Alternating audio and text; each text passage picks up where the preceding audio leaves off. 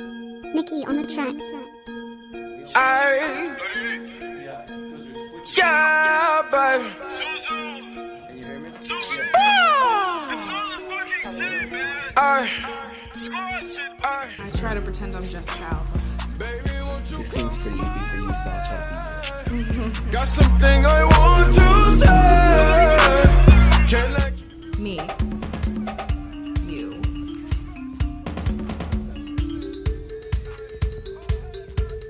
Hi, welcome back to another episode of Talk Back for Teens. I'm your host, Zoë Sullivan. This episode, we are talking to teen musicians. So, why don't you introduce yourselves with your names, your grades, what you play.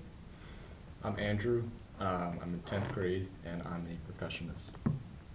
Nice. I'm Gabriel. I am in 8th grade, and I play piano.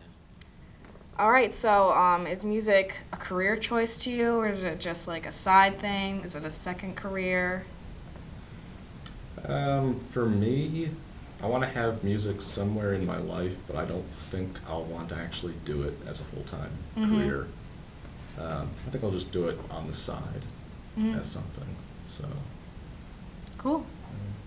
For me, piano is just a fallback career, mainly just in case that my career doesn't go the way I want it to go, then I will be a pianist. So how would you go about that? So you fail in one career. What careers can you get out of piano? I can play at churches and birthday parties and probably perform in concerts and compose music. Yeah, I know a lot of people just do like guitar birthday parties and get a lot of money. So that makes sense. So how did you get started with music? Well, both my parents are musicians, so they were very influential at the time, and I was always exposed to music at an early age. The way I got into percussion was I used to build these mini drum sets out of stuff you'd find around the house, and then I'd go outside and find 2 sticks, and then come back inside, play around on them until that got boring, and then I'd go do something else. And after a while of doing that, my parents started to take notice, and that eventually sparked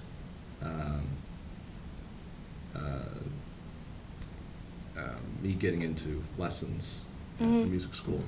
So that was the way I did it. Cool. Okay. For me, I started piano because, well, first my dad told my sister that she wanted to play flute, but my dad said that you had to play piano before learning any other instrument because it'd be easier. So my sister played piano, and I got a little jealous. So what I did is I would listen to her play, and then I'd try to make out on the keys what she was playing. Then one day, my dad was in the attic, and he came up because he came up to tell my sister that she was doing a good job, but then he seen that it was me playing, and my sister was downstairs sleeping. So that's when the music teacher said that I was able to play, because at first she said I was too young. How committed are you guys to playing music? For right now, I'm pretty committed, as it takes up about 20 hours of my week. That's scattered around practicing, concerts, lessons, various other things.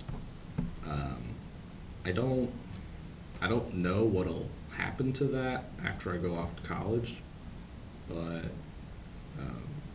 I'll always try and stay committed as much as I can to it.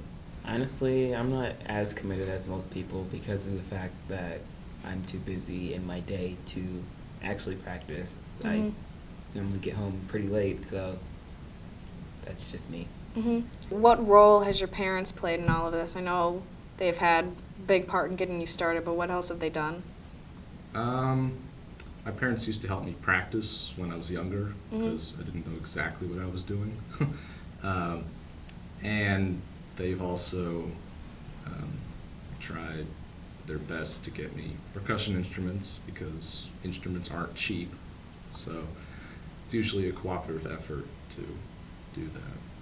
Well, because my dad doesn't play any instruments, basically his input was mostly money. He bought 3 pianos, and he would pay for me to take private lessons, so that's it. Wow, that's a lot. How difficult has it been over the years to keep on following this passion? Because obviously when you're young, you don't have much going on, but as you get older, you got more things to do.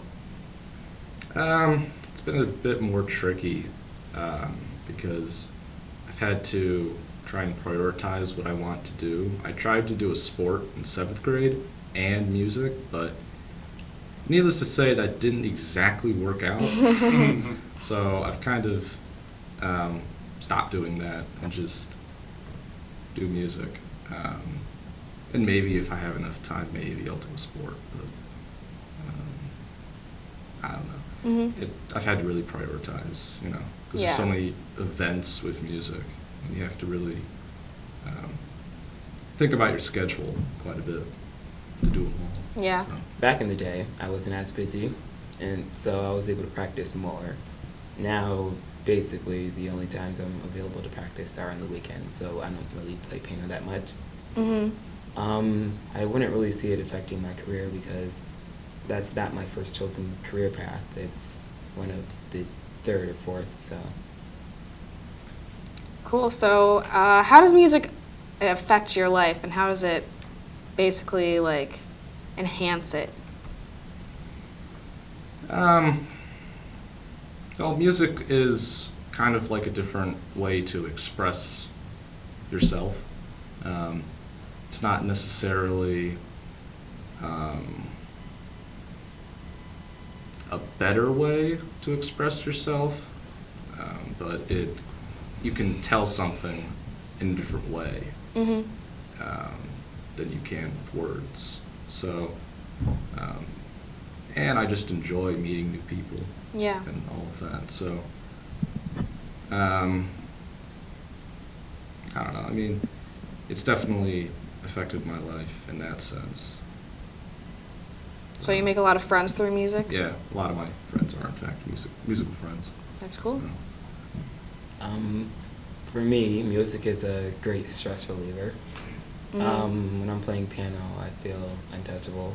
It's like I get goosebumps and I continuously play. I don't even sometimes know what I'm playing. It just sounds so good. I don't know. So what's better, listening to music or playing music?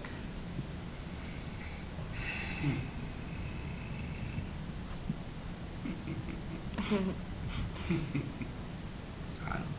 You don't know. It would depend on, like, if I liked the music or not. Like, if I'm listening to country music, I'm gonna want to be playing rather than listening. But if I'm listening to, I don't know, a symphony by some famous composer, I'll probably enjoy listening to it, just, you know, because it's fun to hear what this guy has written and the complexities of all of it. So you pay more attention to, like, what's being played and what instruments are playing now that you know what the instruments are? Yeah. For me, I'd rather listen to music than play it because, well, the music's already prepared. I'm not much of a composer, so I'm not really good at making my own music. So if I listen to the song first, I'd be able to play it, and if I like it, I'd probably play it. If I don't like it, then. So what's the favorite piece of music that you've ever played? Skyfall by Adele. I like that a lot. I don't think I have a favorite one. What is it about that piece that you like so much? Very, very beautiful piece. I like how the formation of the piece is. It's sudden, it's subtle yet peaceful at the same time, and it's a really great song. Cool. So would you say that's a difficult song to play or an easy song to play? Extremely difficult. So it's more fun for difficult songs? Yes. Yeah. So what famous musicians do you admire? I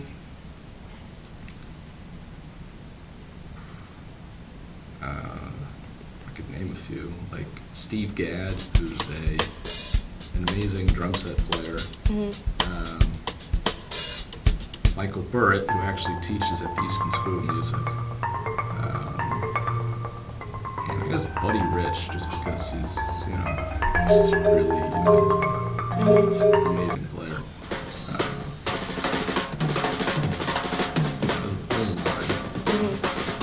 Like Neil Peart. Yeah. Everyone likes Neil Peart. Yeah.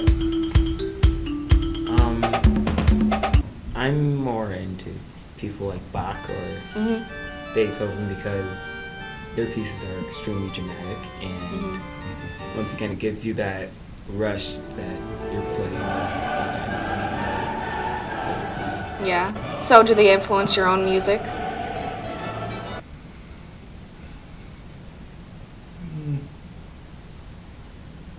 I don't often sit down to compose music, but I think when I do, it's more in the style of like romantic composers. I think that's like Beethoven.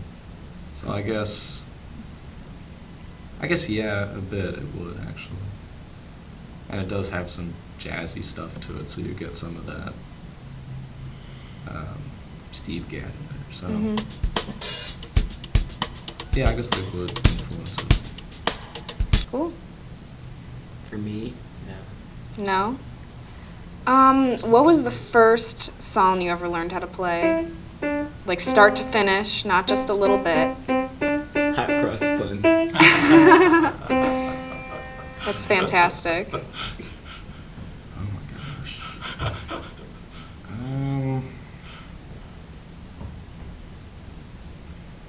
I honestly can't remember. You can't remember. No.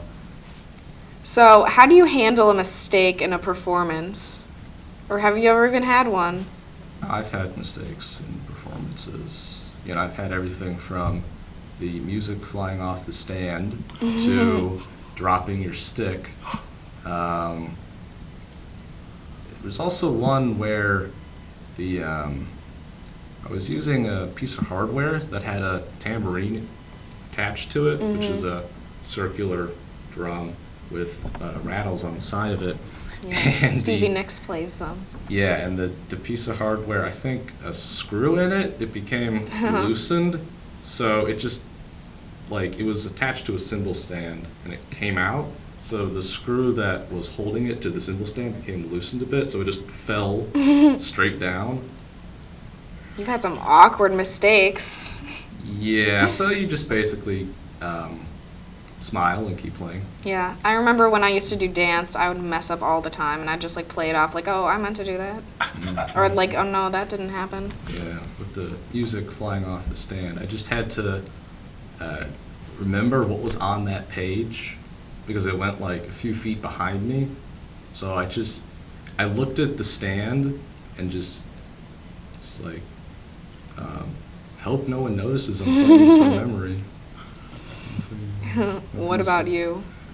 For me, I just go with it because Yeah. I normally try to memorize my music, but then there are those several times where I get so nervous I can't really play. I'm fidgeting and then I just leave. You just leave. Wow, that's really relatable to my current life. In the future, do you plan on passing down the tradition of playing music?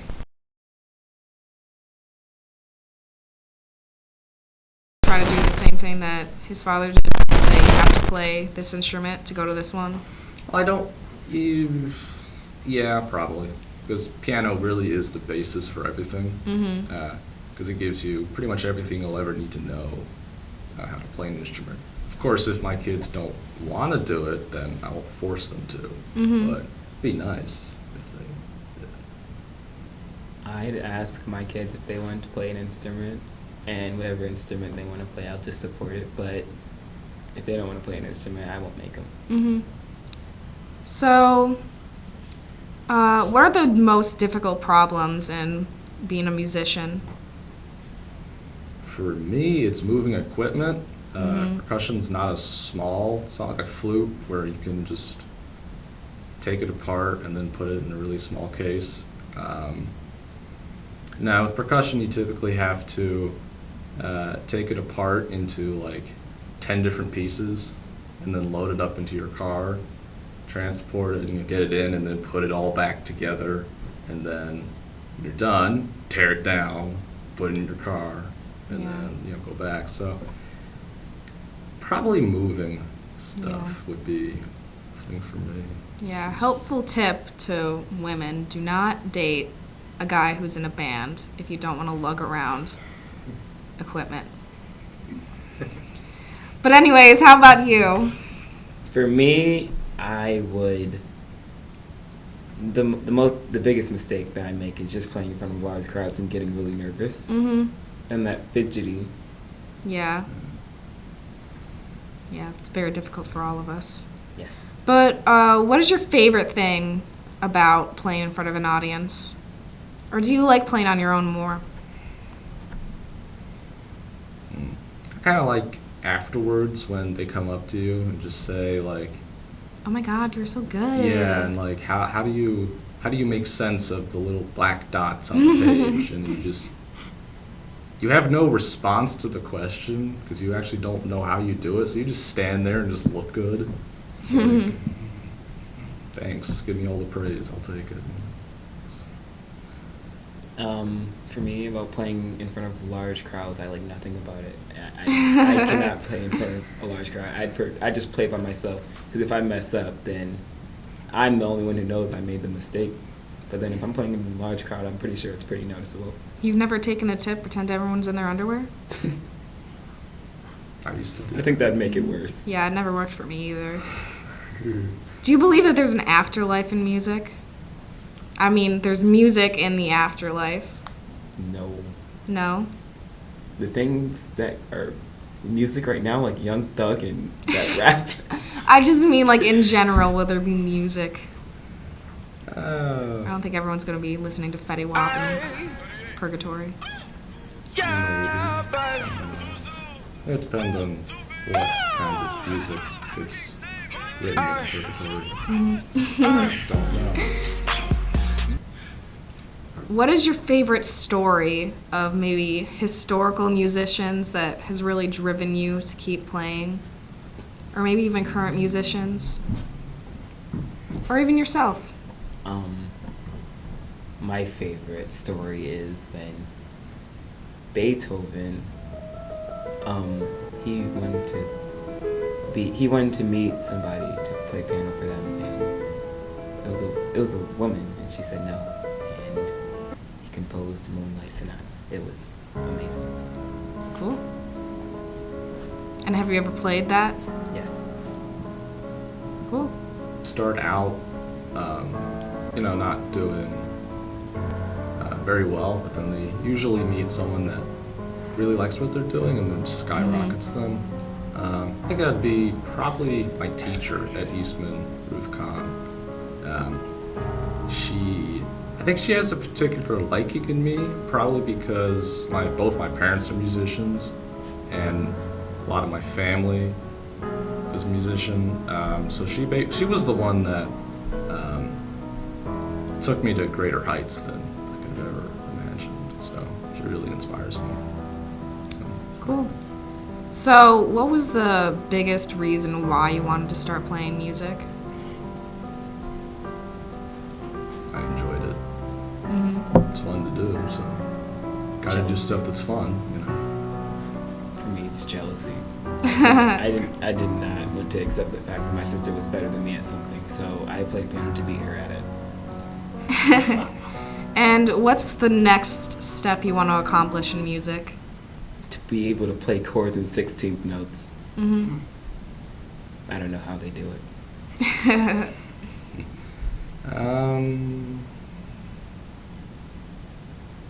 Whatever technique some piece throws at me, I'd like to be able to learn. Mm-hmm. So I'd like to learn some new techniques. I don't know what they are, but I'll probably find out soon enough. Well, thank you so much for coming and talking to Talk Back for Teens. As always, you can hit us up on Twitter, on Facebook, on Instagram, and you can go on our website, Talkback for Teens. That's Talkback for Teens with a 4. And we've got more than videos. We've got articles, and we've got me. So check out that website, and if you want to get involved, there is a link on our website for that too. And you don't have to be on the camera. You can be behind the scenes, whatever you want to do. So let us help you. And join us next time on Talkback for Teens. Thank you.